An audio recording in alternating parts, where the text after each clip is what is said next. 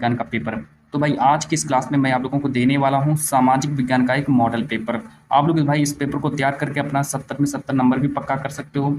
और आज का मेरा कोड है 824 PQ कोड का पेपर है। प्यारे बच्चों, ये जो मॉडल पेपर है बहुत महत्वपूर्ण मॉडल पेपर है। इस मॉडल पेपर में वो सारे क्वेश्चन शामिल किए गए हैं जो कि आप लोगों के 2027 बोर्ड एग्जाम में पूछे जाएंगे।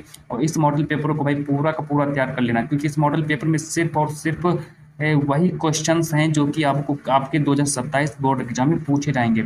यहाँ पर देखो, पेपर देने जाना, अपना अनुक्रमांक और नाम वगैरह सब कुछ लिख देना, और समय हमारा दिया समय 3 घंटे 15 मिनट में आप लोगों को अपना पूरा का पूरा पेपर सॉल्व करना है। इसके बाद अगर हम और आगे बात करें तो यहाँ पर देखो हमारा नोट करके दिया है भाई, प्रारंभ नोट करके नोट भी पढ़ लेते हैं। नोट देखो दिया है कि प्रारंभ के 15 मिनट परीक्षार्थियों को प्रश्न पत्र पढ़ने के लिए निर्धारित हैं, और निर्देश करके दिया सभी प्रश्न करना अनिवार्य है। भाई इस पेपर के जितने भी क्वेश्चन हैं सारे के सारे प्रश्न करना अनिवार्य है। निर्देश नंबर 2 कहता है कि यह प्रश्न पत्र 2 खंडों खंड आ तथा खंड बा में विभाजित रहने वाला है। अब जो है सामाजिक विज्ञान का जो पेपर होगा खंड आ और खंड बा में विभाजित होने वाला है। इसके बाद आगे देखो, निर्देश नंबर 3 कहता है खंड आ में 1 अंक के 20 बहुविकल्पी प्रश्न हैं जिनका उत्तर हमको OMR उत्तर पत्रक पर देना है। अब निर्देश नंबर 4 कहता है कि OMR सीट पर उत्तर देने के पश्चात उसे काटे नहीं तथा इरेजर अथवा व्हाइटनर का प्रयोग नहीं करना है। इतना भाई, ये सारे निर्देश भाई आप लोग पढ़ लेना जाकर के। जब आप लोगों को पेपर दिया जाए तो सारे निर्देश पढ़ लेना। अब मैं सीधा आप लोगों को क्वेश्चंस की ओर ले चलता हूँ। प्रश्न देख लो कौन कौन से इस मॉडल पेपर में पूछे गए। क्वेश्चंस देख लो, सारे के सारे प्रश्न मेरे पैर बच्चों तैयार कर लेना। जब पेपर देने जाना, एग्जाम सेंटर में जब जाना पेपर देने, जब बैठना वहाँ पर, तो सारे से के सारे प्रश्नों का उत्तर लिख देना जा करके, एक भी प्रश्न को मत छोड़ना। खंड आदि है बहुविकल्पी प्रश्न, खंड आ वर्णनात्मक प्रश्न, 20 क्वेश्चन पूछे जाएंगे वर्णनात्मक प्रश्न के। पहला प्रश्न कहते हैं कि रक्त और लौह की नीति किसने अपनाई थी, 1 नंबर का आएगा। तो रक्त और लौह की नीति बिस्मार्क ने अपनाई थी, याद रखेंगे प्यारे बच्चों, बी ऑप्शन मेरा सही हो जाएगा। तो रक्त और लौह की नीति बिस्मार्क ने अपनाई थी। इसके बाद आगे देखो प्रश्न नंबर 2। प्रश्न नंबर 2 कहता है भारत में रॉलेट एक्ट कब पारित हुआ था। तो 1 नंबर का ये भी आएगा कि भारत में रॉलेट एक्ट कब पारित हुआ था। तो 1919 में पारित हुआ था रॉलेट एक्ट। आगे देखो प्रश्न नंबर 3, देखो क्या कहता है। प्रश्न नंबर 3 यहाँ पर देखो कहता है कि दांडी जो मार्च है, दांडी मार्च किस आंदोलन से संबंधित है। ये 1 नंबर का आएगा पेपर में कि दांडी मार्च जो है भाई किससे संबंधित है। तो दांडी मार्च जो है सविनय अवज्ञा आंदोलन से संबंधित है। और प्रश्न नंबर 4 कहते हैं कि वर्नाक्यूलर प्रेस, तो वर्नाक्यूलर प्रेस जो एक्ट है किस वर्ष लागू किया गया था। तो वर्नाक्यूलर प्रेस जो एक्ट है वो हमारा 1878 में लागू किया गया था। तो भाई आप लोगों को 1878 याद रखना है। अब आगे देखो क्वेश्चन नंबर 5।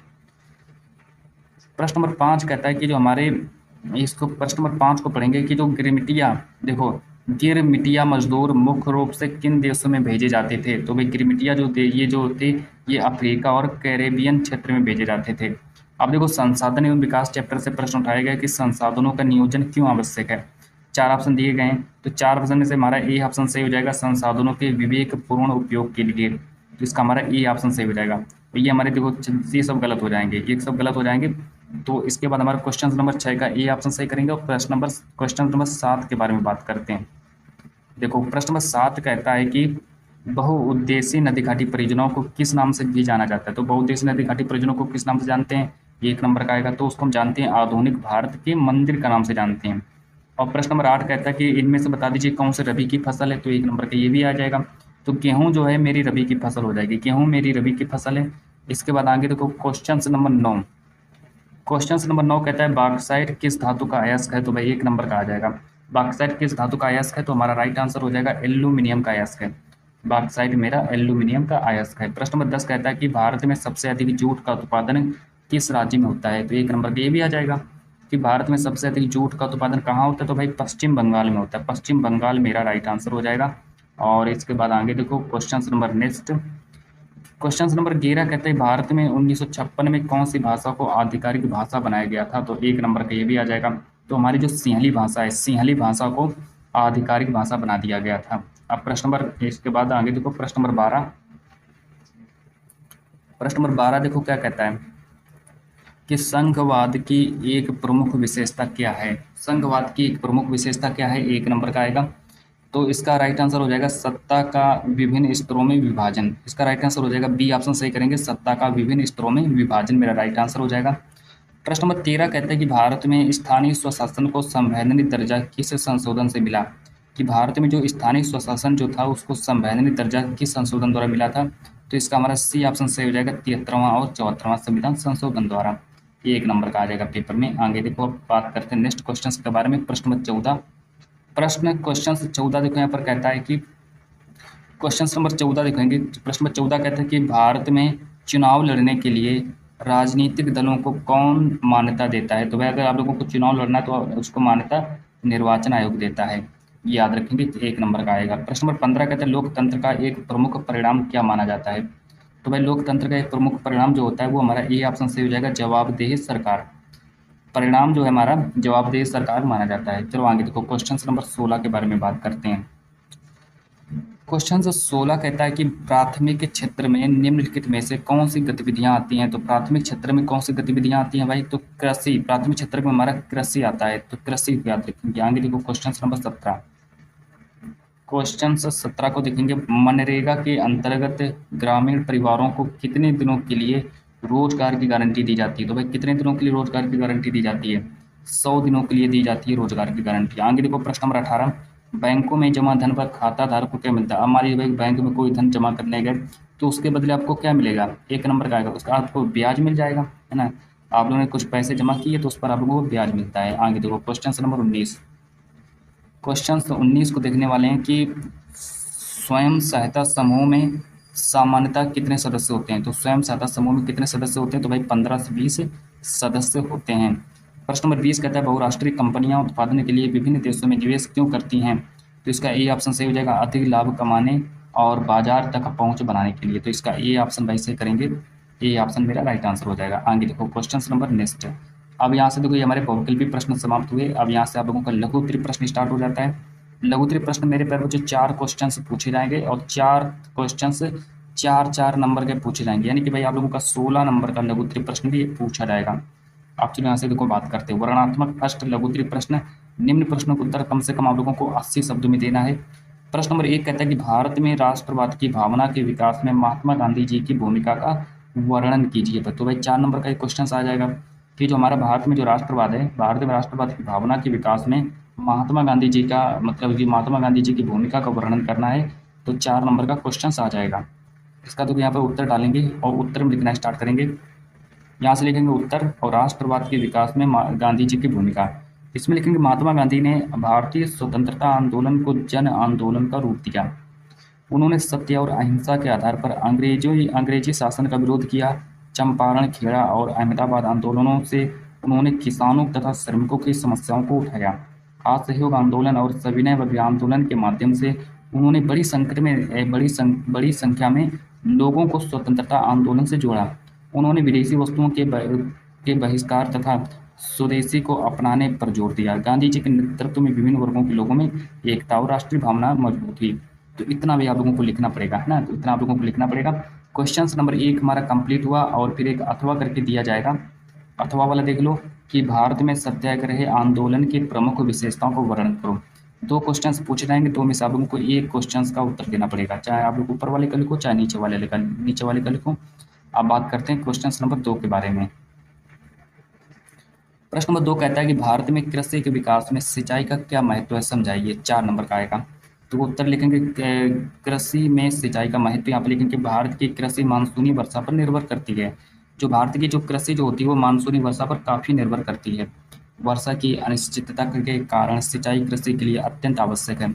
सिंचाई से खेतों को समय पर पर्याप्त अगर भाई सिंचाई मिलती रहेगी तो खेतों को समय पर पर्याप्त क्या मिलता रहेगा, पर्याप्त भाई पानी मिलता रहेगा। पर्याप्त पानी मिलता है और फसलों की उत्पादकता बढ़ती है। इससे किसान एक वर्ष में 1 से अधिक फसलें उगा सकते हैं। सिंचाई के कारण सूखे के प्रभाव को कम किया जा सकता है और कृषि उत्पादन स्थिर रहता है। नहरों, कुओं, नलकूपों तथा तालाबों आदि से सिंचाई की जाती है। इस प्रकार सिंचाई कृषि और ग्रामीण अर्थव्यवस्था के विकास में महत्वपूर्ण योगदान देती है। अथवा करके पूछा गया कि भारत में खनिज संसाधनों के संरक्षण की आवश्यकता क्यों पड़ती है, समझाइए। तो भाई इसको समझाना पड़ेगा, है ना। तो अथवा वाला आप लोग भाई सॉल्व कर लेना। अब प्रश्न नंबर 3 यहाँ पर देखो कहता है कि प्रश्न नंबर 3 कहता है लोकतंत्र में राजनीतिक दलों के सामने आने वाली प्रमुख चुनौतियों का वर्णन कीजिए। तो भाई प्रमुख चुनौतियों का वर्णन करना है, फिर उत्तर लिखेंगे राजनीतिक दलों की चुनौतियाँ। इसमें लिखेंगे कि भारत में राजनीतिक दल लोकतंत्र के लिए महत्वपूर्ण है। भारत में जो राजनीतिक दल जो होता है वो लोकतंत्र के लिए महत्वपूर्ण होता है, लेकिन उनके सामने कई चुनौतियां भी हैं। राजनीतिक दलों में आंतरिक लोकतंत्र की कमी एक प्रमुख है। अब देखो इसके बाद आगे लिखेंगे तो कहाँ तक हो गया कि एक प्रमुख समस्या है, एक प्रमुख समस्या है। अब आगे आगे देखो यहाँ से लिखेंगे कई बार निर्णय कुछ प्रमुख नेताओं तक सीमित रह जाते हैं। दूसरी चुनौती वंशवाद की राजनीति है जिसमें परिवार के सदस्यों को अधिक अवसर मिलते हैं। राजनीति में धन और बाहुबल का प्रमुख चिंता का विषय है। इसके अतिरिक्त कई बार राजनीतिक दल चुनाव जीतने के लिए जाति और धर्म जैसे मुद्दों का सहारा लेते हैं। इन चुनौतियों को दूर करना लोकतंत्र को मजबूत बनाने के लिए आवश्यक है। अथवा करके देख लो प्रश्न। अथवा वाला दिया भारत में संघीय व्यवस्था को मजबूत बनाने में स्थानीय सरकारों की क्या भूमिका है, समझाइए। और फिर इसके बाद यहाँ पर देखो अगला यहाँ पर क्वेश्चन नंबर 4 हमारा स्टार्ट होता है। क्वेश्चन से 4 कहता है कि वैश्वीकरण को बढ़ावा देने में बहुराष्ट्रीय कंपनियों की क्या भूमिका है, समझाइए। 4 नंबर का आएगा पेपर में। यहाँ पर उत्तर में लिखेंगे बहुराष्ट्रीय कंपनियों की भूमिका। लिखेंगे बहुराष्ट्रीय कंपनियां एक से अधिक देशों में उत्पादन और व्यापार का कार्य करती हैं। ये कंपनियां विभिन्न देशों में कारखाने स्थापित करती हैं या स्थानीय कंपनियों के साथ साझेदारी करती हैं। इससे उत्पादन में आधुनिक तकनीक और पूंजी का उपयोग बढ़ता है। बहुराष्ट्रीय कंपनियां विभिन्न देशों के बाजारों को आपस में जोड़ने में सहायता करती हैं। वे स्थानीय कंपनियों को नई तकनीक, निवेश और बड़े बाजारों तक पहुंच प्रदान कर सकती हैं। इनके कारण वस्तुओं की विविधता और प्रतिस्पर्धा बढ़ती है। तो इतना आप लोगों को लिखने के बाद और फिर इसके बाद आए कि इस प्रकार बहुराष्ट्रीय कंपनियां वैश्वीकरण की प्रक्रिया को आगे बढ़ाने में महत्वपूर्ण भूमिका निभाती हैं। फिर एक हमारा अथवा करके दिया है, अथवा वाला देख लो। अथवा करके दिया उपभोक्ता अधिकारों की आवश्यकता क्यों है, किसी दो उपभोक्ता अधिकारों को समझाइए। तो ये हमारे भाई ये हमारे 4 क्वेश्चंस जो थे लघु वाले कंप्लीट हुए। और फिर इसके बाद हम ले चलते हैं आगे वर्णनात्मक सेकंड की ओर। यहाँ से हमारा वर्णनात्मक सेकंड पूछा जाएगा। विस्तृत उत्तरी प्रश्न है, सभी प्रश्नों का उत्तर 150 शब्द में देना है। तो चलिए भाई पहला क्वेश्चन देखो क्या है। प्रश्न नंबर 1 देखेंगे कि भारत में राष्ट्रीय आंदोलन को जन आंदोलन बनाने में महात्मा गांधी जी की भूमिका का वर्णन कीजिए। 6 नंबर का क्वेश्चन आएगा। उत्तर लिखेंगे राष्ट्रीय आंदोलन में गांधी जी की भूमिका। तो राष्ट्रीय आंदोलन में गांधी जी की भूमिका इसमें लिखेंगे, यहाँ से लिखना स्टार्ट करेंगे कि अब देखो यहाँ से लिखना स्टार्ट करेंगे कि राष्ट्रीय आंदोलन में गांधी जी की भूमिका। महात्मा गांधी ने भारतीय स्वतंत्रता आंदोलन को व्यापक जन आंदोलन बनाने में महत्वपूर्ण भूमिका निभाई। उन्होंने सत्य और अहिंसा को संघर्ष का आधार बनाया। 1917 में चंपारण सत्याग्रह के माध्यम से उन्होंने किसानों की समस्याओं को उठाया। इसके बाद खेड़ा सत्याग्रह और अहमदाबाद मिल आंदोलन में भी उन्होंने किसानों और श्रमिकों का नेतृत्व किया। 1920 में असहयोग आंदोलन के माध्यम से विदेशी वस्तुओं, सरकारी विद्यालयों और संस्थाओं के बहिष्कार का आह्वान किया। 1930 में सविनय अवज्ञा आंदोलन और दांडी मार्च के द्वारा नमक कानून का विरोध किया। 1942 में भारत छोड़ो आंदोलन ने अंग्रेजी शासन के विरुद्ध निर्णायक संघर्ष को जन्म दिया। गांधी जी के नेतृत्व में किसान, मजदूर, महिलाएं, विद्यार्थी और व्यापारी बड़ी संख्या में स्वतंत्रता आंदोलन से जुड़े। इससे राष्ट्रीय एकता और स्वतंत्रता की भावना मजबूत हुई। तो इतना भी आप लोगों को लिखना पड़ेगा, है ना। तो इतना आप लोगों को लिखना पड़ेगा। क्वेश्चन नंबर 1 में आप लोगों को इतना लिखना पड़ेगा। आप देखो यहाँ पर एक अथवा करके दिया है, अथवा वाला देख लो कि भारत में भारत छोड़ो आंदोलन के कारणों, प्रमुख घटनाओं तथा परिणामों का वर्णन कीजिए। तो भाई प्रमुख परिणामों को वर्णन करना है, अथवा करके दिया गया था। इसके बाद क्वेश्चन नंबर 2 को देखने वाले हैं। प्रश्न नंबर 2 कहता है कि भारत में कृषि की प्रमुख समस्याओं तथा कृषि सुधारों के उपायों का वर्णन कीजिए। तो यहाँ पर उत्तर लिखेंगे कृषि की समस्याएं एवं सुधार। तो यहाँ पर उत्तर डालेंगे कृषि की समस्याएं एवं सुधार। तो इसमें देखो लिखना स्टार्ट करेंगे यहाँ से कि भारत की अर्थव्यवस्था में कृषि का महत्वपूर्ण स्थान है। तो भारत की जो अर्थव्यवस्था है उसमें कृषि का भाई बहुत महत्वपूर्ण स्थान है। लेकिन भारतीय कृषि को अनेक समस्याओं का सामना करना पड़ता है। अनेक क्षेत्रों में कृषि अभी भी मानसूनी वर्षा पर निर्भर है। छोटे और सीमांत किसानों के पास भूमि कम होती है तथा उन्हें सिंचाई, बीज, उर्वरक और ऋण की कठिनाइयों का सामना करना पड़ता है। इसके बाद आगे लिखेंगे कि कई स्थानों पर पुरानी कृषि तकनीकों के कारण उत्पादन कम रहता है। कृषि सुधार के लिए सिंचाई सुविधाओं का विस्तार, उन्नत बीजों का प्रयोग, आधुनिक कृषि मशीनों का उपयोग और किसानों को सस्ता ऋण उपलब्ध कराना आवश्यक है। फसल विविधीकरण, भंडारण और परिवहन की सुविधाओं में सुधार भी जरूरी है। सरकार द्वारा न्यूनतम समर्थन मूल्य और कृषि संबंधी योजनाओं के माध्यम से किसानों को सहायता दी जा सकती है। अब एक अथवा करके प्रश्न दिया गया कि भारत में विनिर्माण उद्योगों के महत्व तथा उनके सामने आने वाली प्रमुख समस्याओं का वर्णन कीजिए। तो ये समस्याओं का वर्णन करने के बाद फिर प्रश्न नंबर 3 के बारे में बात करते हैं। 4 क्वेश्चंस पूछे जाएंगे दीर्घ वाले, 4 क्वेश्चंस 6 नंबर वाले पूछे जाएंगे, देखो है ना। अब ये हमारा 6 नंबर का क्वेश्चन आएगा कि भारत में लोकतंत्र के प्रमुख परिणामों का विस्तार पूर्वक वर्णन कर दीजिए। तो भारत में भाई लोकतंत्र के प्रमुख परिणामों को विस्तार पूर्वक वर्णन कर दीजिए। लोकतंत्र के परिणाम, पहली हेडिंग डालेंगे लोकतंत्र के परिणाम। इसमें लिखेंगे लोकतंत्र ऐसी शासन व्यवस्था है जिसमें जनता अपने प्रतिनिधियों का चुनाव करती है। लोकतंत्र का प्रमुख परिणाम एक उत्तरदायी, जवाबदेह और वैध सरकार का निर्माण है। लोकतंत्री सरकार जनता की आवश्यकताओं और समस्याओं का ध्यान में रखकर नीतियां बनाती है। लोकतंत्र नागरिकों को समान राजनीतिक अधिकार प्रदान करता है और कानून के सामने समानता का अवसर देता है। इसके द्वारा विभिन्न सामाजिक समूहों को अपनी बात रखने और शासन में भाग लेने का अवसर भी मिलता है। लोकतंत्र में सरकार की गलत नीतियों का विरोध करने और उसे बदलने का अधिकार जनता के पास होता है। अब भाई जनता के पास अधिकार होता है ना, तो पास होता है। लोकतंत्र नागरिकों की गरिमा और स्वतंत्रता को बढ़ावा देती है। हालांकि लोकतंत्र सभी आर्थिक और सामाजिक समस्याओं को तुरंत समाप्त नहीं करता, फिर भी यह शांतिपूर्ण तरीके से मतभेदों का सुलझाने तथा जनता की भागीदारी सुनिश्चित करने वाली महत्वपूर्ण व्यवस्था है। तो इतना हमारा भाई कंप्लीट हुआ। फिर एक अथवा करके क्वेश्चंस पूछा जाएगा। यहाँ पर देखो अथवा में आप लोग इसका भी उत्तर लिख सकते हो कि भारत में लोकतंत्र के सामने आने वाली प्रमुख चुनौतियों का विस्तार पूर्वक वर्णन कीजिए, है ना। तो अब इसके बाद आगे देखो क्वेश्चन नंबर 4 कि क्वेश्चन 4 कहता है कि भारत में ऋण की विभिन्न परिस्थितियां तथा ऋण के औपचारिक और अनौपचारिक स्रोतों का वर्णन कीजिए। वह 6 नंबर का आएगा। यहाँ पर डालेंगे ऋण के स्रोत एवं परिस्थितियाँ। उत्तर लिखेंगे ऋण लोगों और व्यवसायों की विभिन्न आवश्यकताओं को पूरा करने में सहायता करता है। किसान कृषि कार्यों के लिए बीज, खाद और उर्वरक खरीदने हेतु ऋण लेते हैं। छोटे व्यापारी भी अपना व्यवसाय चलाने के लिए ऋण का उपयोग करते हैं। ऋण के 2 प्रमुख स्रोत औपचारिक और अनौपचारिक हैं। बैंक और सहकारी समितियां औपचारिक ऋण स्रोत हैं, जबकि साहूकार, व्यापारी, नियोक्ता तथा रिश्तेदार अनौपचारिक स्रोतों में आते हैं। औपचारिक क्षेत्र में ऋण की ब्याज दर और शर्तें नियमों के अनुसार निर्धारित होती हैं। तो भाई इतना करने के बाद फिर आगे देखो निर्धारित होती हैं, औपचारिक स्रोतों में होते हैं, है ना। बैंक और औपचारिक स्रोत, जबकि साहूकार, व्यापारी, नियोक्ता तथा रिश्तेदार अनौपचारिक स्रोत में होते हैं। औपचारिक क्षेत्र में ऋण की ब्याज दर और शर्तें नियमों के अनुसार निर्धारित होती हैं।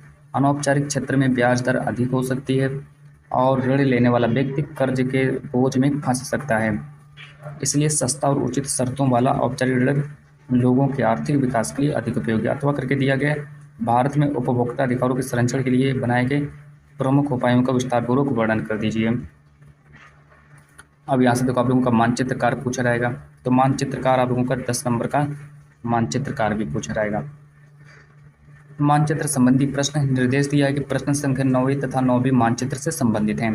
9वीं कहता है कि निम्नलिखित स्थानों को भारत के दिए गए रेखा मानचित्र में चिन्ह द्वारा नाम से दर्शाइए। सही नाम तथा सही अंक करने के लिए 1/2+1/2 अंक निर्धारित हैं।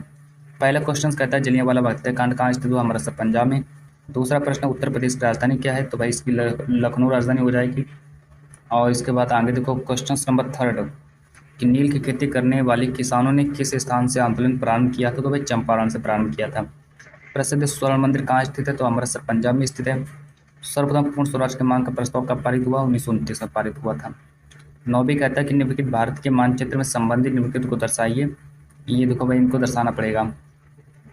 पहला क्वेश्चन कहता है कि चावल उत्पादक राज्य क्षेत्र को ऐसे दर्शाना है, गुजरात की राजधानी को ऐसे दर्शाना है, बक्सर उत्पादन का एक क्षेत्र उसको ऐसे दर्शाना है, कपास उत्पादन का एक क्षेत्र उसको ऐसे दर्शाना है, डल झील को ऐसे दर्शाना है। तो ये हमारा भाई पेपर से हुआ कंप्लीट। ये हमारा पेपर हुआ कंप्लीट और इस पेपर को मैं यहीं पर ही स्टॉप करता हूँ और पूरा पेपर भी आप लोग तैयार कर लो और मिलते हैं हम नेक्स्ट वीडियो के साथ।